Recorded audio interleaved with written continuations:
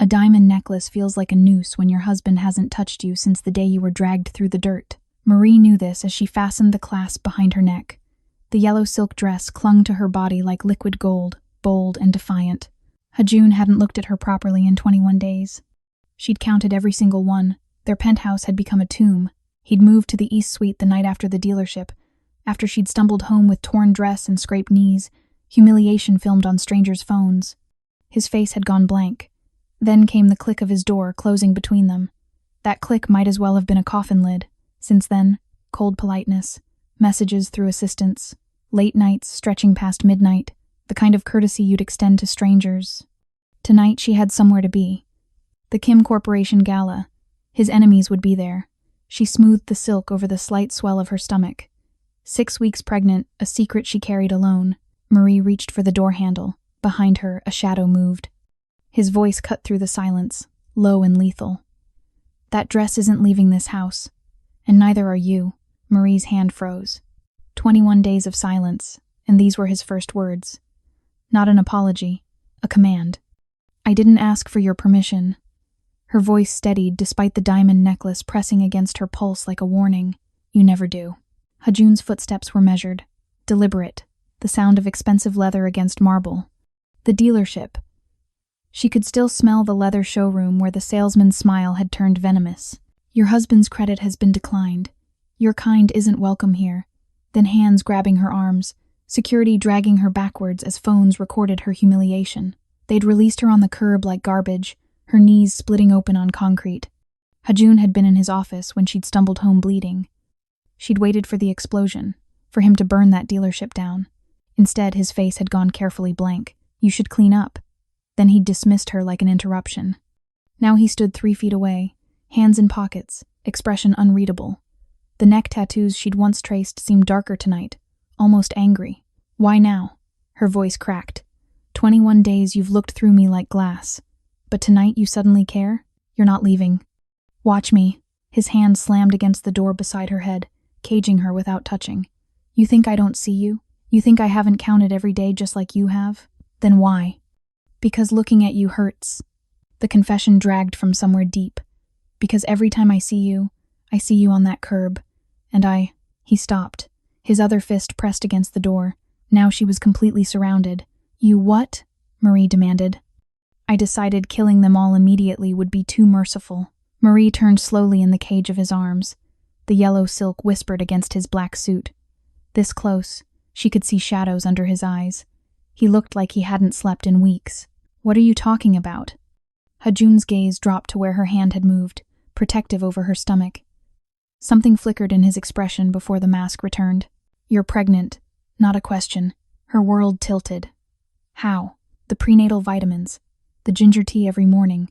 The way you avoid elevators because motion makes you nauseous. His eyes met hers, dark and intense. Did you think I stopped paying attention? 6 weeks. I was going to tell you, but you stopped being my husband. His palm came to rest against her stomach, reverent. 6 weeks you've been carrying my child, and I've been trying to keep myself away, trying to keep the monster locked up until I could give you justice without blood. What monster?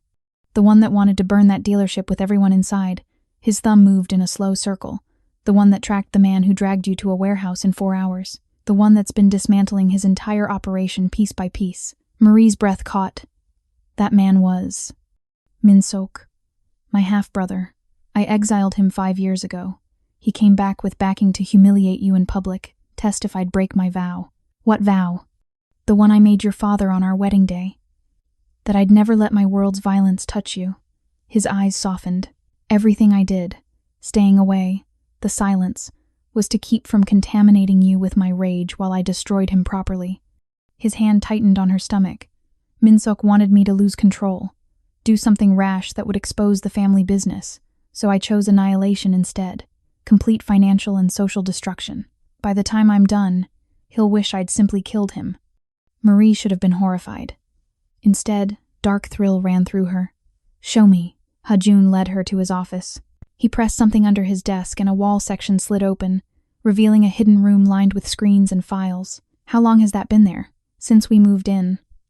Some secrets keep us alive. The screens showed security feeds, then shifted to bank statements and corporate filings. all bearing one name, Kim Min-sok. My brother didn't just come back. He came to take over the Kim family operation with backing from someone powerful. Hajun pulled up a web of connections. He's been building a parallel infrastructure to mine. Marie leaned closer, her finance degree kicking in. He's not taking over. He's replacing you. When he makes his move, the transition will be seamless. Pride flickered in Hajun's expression. Exactly. The dealership wasn't just humiliation. It was testing if I'd retaliate with violence. But you did retaliate. Not how he expected. The screen showed a detailed timeline. The dealership was Min-sok's through a proxy. By taking it, I proved I knew his operations. The security guard's arrests showed my reach into law enforcement. The manager's embezzlement charges proved I could manufacture legal consequences for anyone working with him. He pulled out a flash drive. This contains everything: bank records, wire transfers, and proof of where his backing comes from. His hand trembled slightly. My uncle. My father's brother. The one who blessed our wedding. He wants the old ways back. Violence, extortion, fear. He thinks I'm weak for legitimizing. That Min-sok is a better heir. A countdown timer appeared. 3 hours, 47 minutes, 22 seconds. At midnight, this goes to the FBI. Enough evidence for 20 years. By morning, they're in federal custody. The Kim family poison dies. Marie stared at the timer. Won't this expose you? No. I've been documenting every illegal operation for 5 years, then dismantling them, moving money into legitimate businesses, cutting cartel ties. Your father knew what I was, but not that I'd already started burning it down. He faced her fully. Our child will never carry this weight. They'll be free. So you sacrificed us. Our marriage. These weeks. Yes. And I do it again to protect you and our child. No apology. Marie looked at the countdown. 3 hours and 45 minutes until revenge was complete. What about the dress? Why can't I leave? Hajun's expression became guarded. Because the dress is part of Min-sok's plan. Hajun pulled up footage of Marie opening the dress delivery that morning. He zoomed in on a decorative bead. Inside was a tiny dark circle. GPS tracker. Military grade. $5,000. You've been broadcasting our location for 6 hours. Marie felt sick. They know where we are. They're using you as a beacon. The gala you plan to attend? Min-sok's men are waiting. Not to kidnap you, but to follow you back. Confirm this location. Map our security. And then, coordinated strike within the week. They take me out, install Min-sok, and offer you a choice. Play grieving widow or have an unfortunate accident. Marie's hand went to her stomach. Our baby. Would be leverage. A Kim heir they could control. They'd let you live long enough to give birth. Then you'd become a liability. Rage built in Marie's chest. What do we do? Use their plan against them. The timer changed to 47 minutes, 22 seconds. I'm moving up the timeline. Flash drive to FBI in 47 minutes. They mobilize arrests while Min-sok's men wait for you at the gala. They'll see we're still here.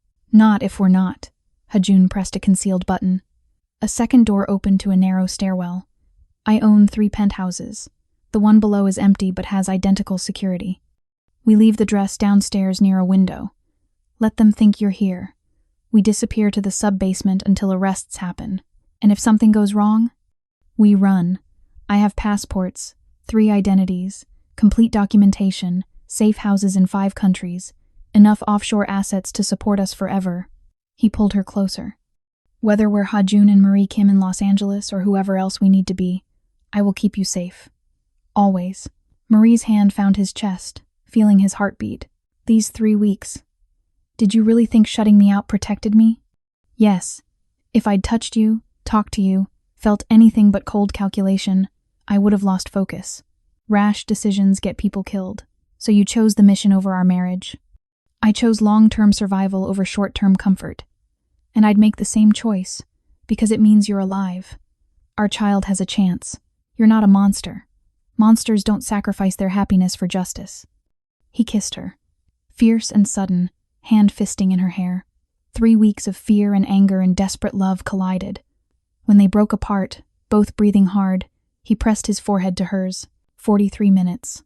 We get downstairs, position the dress, and disappear before this goes down. He pulled a gun from a hidden compartment, checked the chamber. I said my revenge would be bloodless. I never said what I'd do to protect you if they figure out our plan early. Marie believed him absolutely. 41 minutes. Let's move. The stairwell was narrow. Emergency lighting casting everything sickly yellow-green. Marie counted steps. 47 before Hajun stopped abruptly, hand pressing against her stomach. A silent command to freeze. Voices above them. Male. Rapid Korean. Someone had entered their penthouse. Hajun's entire body went rigid. The GPS tracker was still broadcasting their movement downward. Whoever was upstairs would know they were running. He drew his gun, gestured for Marie to continue down. She shook her head. She wasn't leaving him.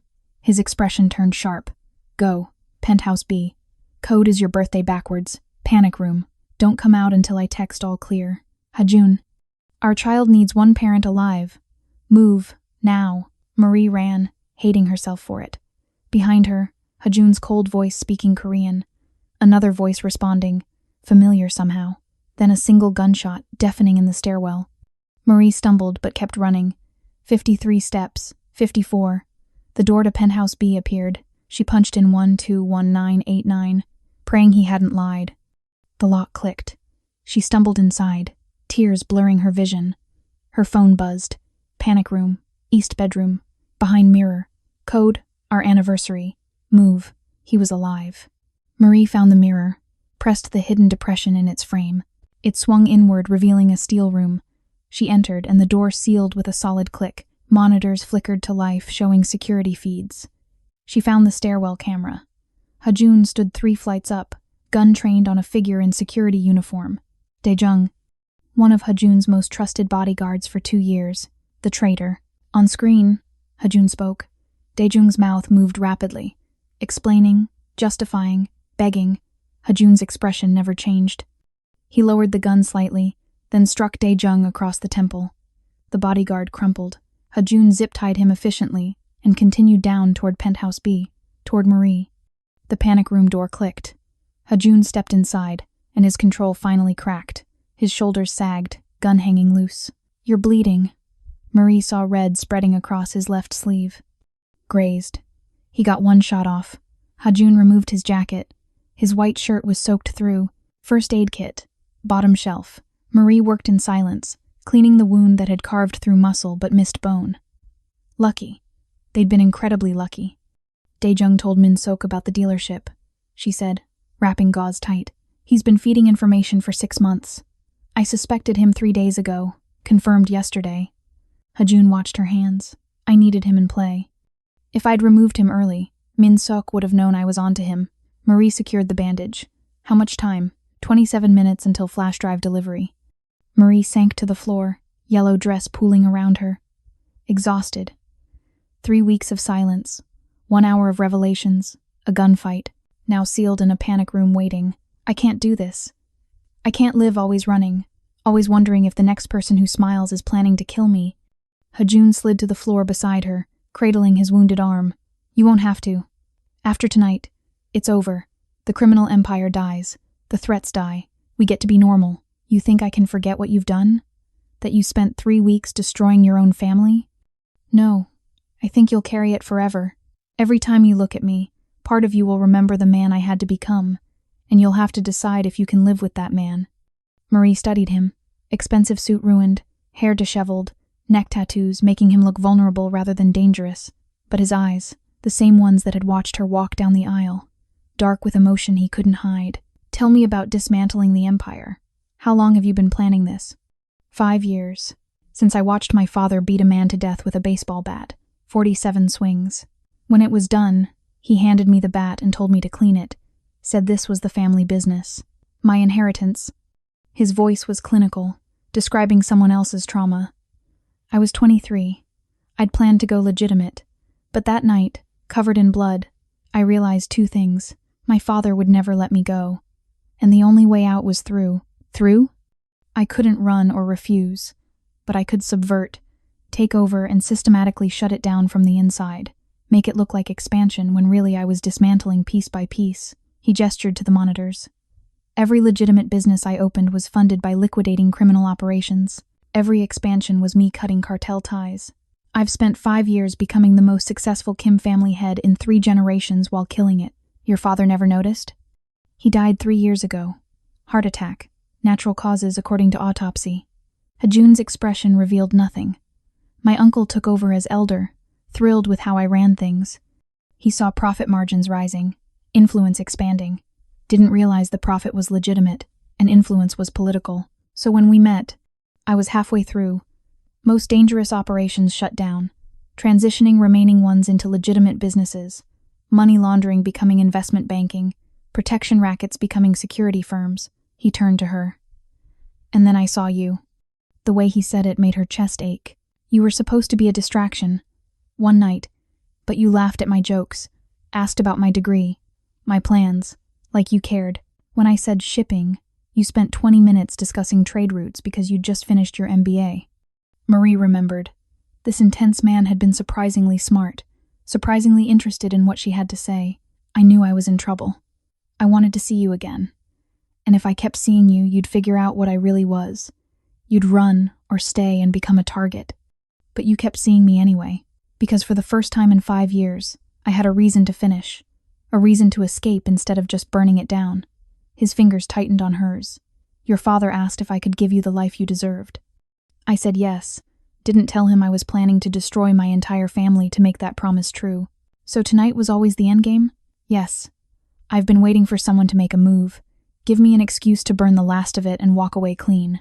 He kissed her knuckles. Min-sok did me a favor. Now I get to end this with justice instead of running. Make sure no one ever comes after us again. The monitors flickered. Multiple vehicles with government plates pulling up, dark SUVs, men in FBI windbreakers swarming the building. They're early. Hajun checked his watch. 19 minutes early. On screen, agents secured every entrance. Another feed showed Min-sok being led out in handcuffs, face twisted with rage. A third showed Hajun's uncle taken from his Hollywood Hills home, looking confused and disoriented. It's over, Marie breathed. It's actually over. Not yet. Hajun pulled out his phone, typing rapidly, sending additional evidence to my attorney. Insurance documents proving I've been cooperating with federal investigators for 2 years, making sure I'm remembered as the one who brought it down. The good Kim who chose justice over blood. 20 minutes later, the panic room door clicked open from outside. Marie's heart jumped, but Hajun was already moving, positioning himself between her and the door. His wounded arm didn't slow him. A man in an FBI windbreaker entered, hands raised. Mr. Kim, ma'am, Special Agent Park. We spoke 3 months ago. Hajun relaxed fractionally. You're early. Your attorney contacted us with additional evidence. We expedited the timeline. Park assessed Hajun's bloodied shirt, Marie's yellow dress, the controlled chaos. Are you both all right? We found an unconscious man in the stairwell matching Kim Dae-jung's description. Traitor who intercepted us. He fired first. I defended my pregnant wife. Hajun's tone was absolutely calm. Ballistics will support that. His weapon was still in hand when I secured him.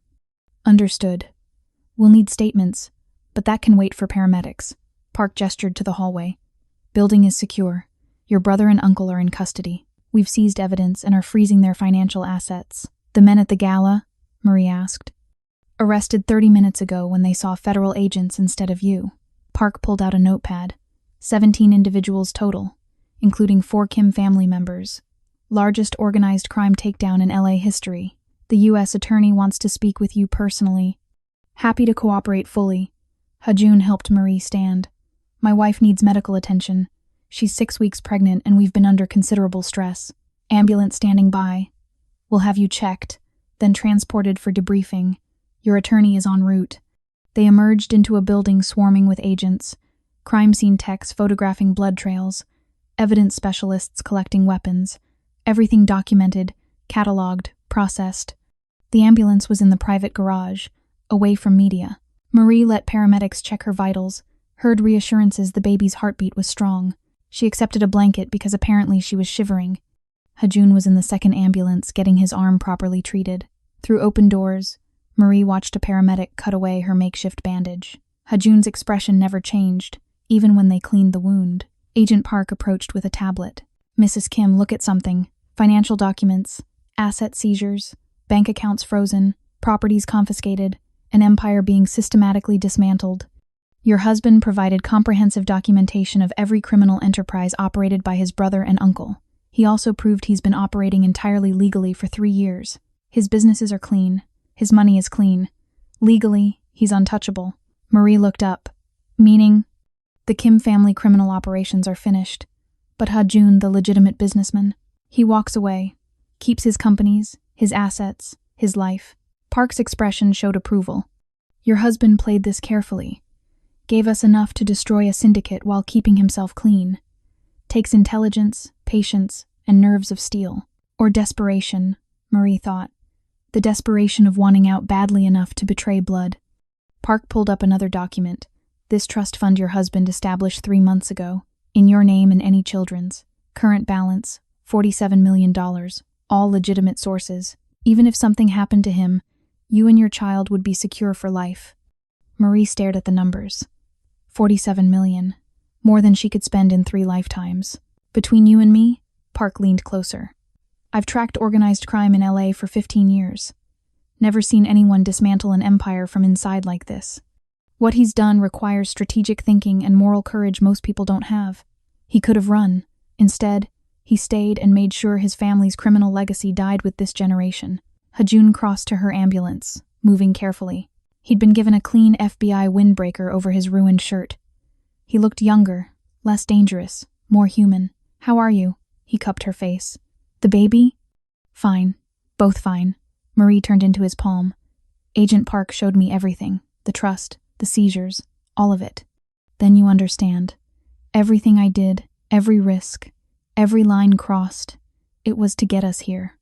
Where we're safe, our child is safe, and the Kim legacy dies. Your uncle and brother will spend life in federal prison, assets seized, operations shut, network destroyed, his expression carved from stone.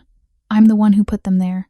My testimony will be key evidence. The family will never forgive me. Do you care? No. The only family I care about is in front of me. You and our child. That's everything. Marie felt something shift. The anger, hurt, confusion, it transformed into understanding. Ha-jun hadn't left her. He'd been fighting a war she hadn't known existed. What happens now? Now we give statements. Cooperate fully. Make sure they never see freedom. He pulled her closer. Then we go home. To a house that's finally safe. To a life that's finally ours. To a future where our child never carries Kim family sins. Just like that? Just like that. Won't be easy. Trials, media, questions. But the danger is gone. The threat eliminated. We survived. I love you, Marie said it clearly. I'm angry you shut me out. Hurt you didn't trust me. Terrified how close we came to losing everything. But I love you. I choose this. I choose us. I choose the life you've been fighting to build. Ha-jun's control cracked. He pulled her against him, face buried in her hair, body shaking. Marie held him back, feeling his heartbeat, knowing they'd survived something terrible together. 3 months later, Marie stood in the nursery of their new Spanish-style villa in Pasadena, far from downtown and the empire Ha-jun had destroyed. The room was painted sage green with white furniture waiting for books and toys. Her stomach was properly visible now, 18 weeks. The baby was healthy, active, and extremely stubborn about showing clear pictures according to the ultrasound tech. Of course their child would be stubborn. You're supposed to be resting. Ha-jun appeared with tea and homemade cookies. He'd been teaching himself to cook, determined to master reliable recipes before the baby arrived. I'm pregnant, not broken. Marie accepted the tea, settling into the rocking chair. How was the meeting with Agent Park? Productive. Trial date is August. They're confident about conviction. Evidence is overwhelming. My uncle's trying to make a deal, but the U.S. attorney isn't interested. Ha-jun sat on the floor, legs stretched out. Min-sok still thinks the family will rescue him, doesn't understand there is no family left. The trials had been front-page news for weeks. Ha-jun portrayed as either hero or traitor depending on the publication. Marie didn't care about media narrative. She cared that Ha-jun came home every night, was present, engaged, excited about the baby. The shadows under his eyes were fading. I have something for you. He pulled out a small box. Inside was a key with a tag. Busan, South Korea. What is this? A house. In Haeundae, on the beach. Completely off-grid, under a name no one will connect to us. I've been thinking. He looked up, vulnerable. Maybe we take the baby there for their first year.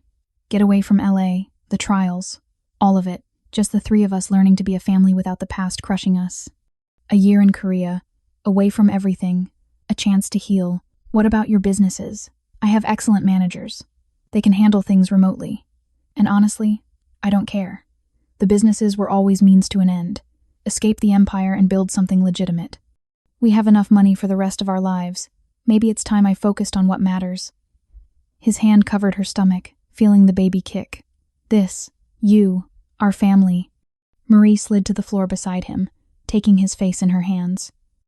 A year in Korea sounds perfect. But when we come back, I want something too. Anything. Stop trying to protect me from everything.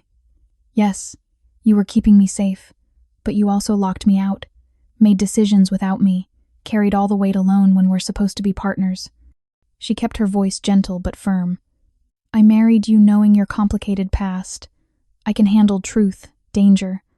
What I can't handle is being treated like I'm too fragile for my own life. Hajun was quiet, processing. Then he nodded. You're right. I thought keeping you separate would protect you. Instead, it almost broke us. No more secrets, no more silent protection. We face everything together. As equals. As equals, Marie agreed. They sat on the nursery floor as afternoon sun painted patterns across walls. Outside, peaceful neighborhood sounds filtered in. Kids playing, dogs barking, the mundanity of life without constant threat. This was what Hajun had been fighting for. Marie's phone buzzed. Text from her mother. Lunch next week? Your father wants to hear about Korea. Her parents had taken everything remarkably well once they understood Hajun had been dismantling, rather than expanding the criminal empire. Her father had told her he was proud of Hajun for choosing honor over blood. What are you thinking? Hajun asked. That 3 months ago I put on a yellow dress to start a war with you. Now we're in a Pasadena nursery planning to move to Korea, waiting for our baby. Life is strange. Life with you is never boring, though I could do with significantly less federal raids going forward. Agreed. Let's aim for boring. The doorbell interrupted them. Furniture delivery. Hajun spent the next hour assembling a crib while Marie directed from the rocking chair, laughing at his creative Korean cursing when pieces didn't fit right. This was them now, not the ice prince and his trophy wife, not the crime lord and the innocent woman. Just Hajun and Marie, two people who'd survived something terrible and come out still holding each other. As sunset came and the nursery took shape, Marie thought about the future. Teaching their child to be brave but not reckless, strong but not cruel. Showing them the right choice sometimes means standing against family. Building a life defined by love rather than blood. Hey. Hajun finished the crib standing back. Come see. Marie accepted his hand, and they stood together looking at the empty crib. Soon there would be a tiny human depending on them for everything. We're going to be terrible at this, Marie said. Absolutely horrible, Hajun agreed. But we'll figure it out together. Together. He kissed her. Slow, sweet, a promise and apology, and new beginning. The yellow dress was long gone, donated where hopefully someone could wear it for better reasons. But Marie kept the tracking device on her desk, a tiny golden bead representing everything they'd survived. Sometimes you had to go through hell to reach the other side. Sometimes love meant destruction before reconstruction. Sometimes building something new required burning down everything old. Marie and Hajun had done all that, and now they got what they'd been fighting for all along. They got to live. And that's where we'll leave Marie and Hajun, standing in their nursery, ready to build the life they fought so hard to protect. But their story? It's just one chapter in a world of powerful men, dangerous secrets, and women who refuse to be broken. If you're watching from Lagos, Los Angeles, London, Seoul, or anywhere else in this beautiful world, I hope your week has been as fruitful as mine, bringing you moments worth remembering. You just spent time with a couple who survived betrayal, bloodless revenge, and the kind of love that burns empires down. There are more stories coming, more powerful men meeting their match, more women choosing fire over fear, more twists leaving you breathless. So if this story grabbed your heart and didn't let go, if you felt every moment of tension between Marie and Hajun, show some love. Hit that like button. Drop a comment telling me whose side you were on, what twist shocked you most, or what you think happens next in Busan. And subscribe, because you don't want to miss what's coming. The darkness isn't done with us yet, but neither is the love that lights the way through it. I'll see you in the next story. Until then, stay safe, stay fierce, and remember, sometimes the most dangerous thing a woman can wear isn't a yellow dress, it's her refusal to disappear.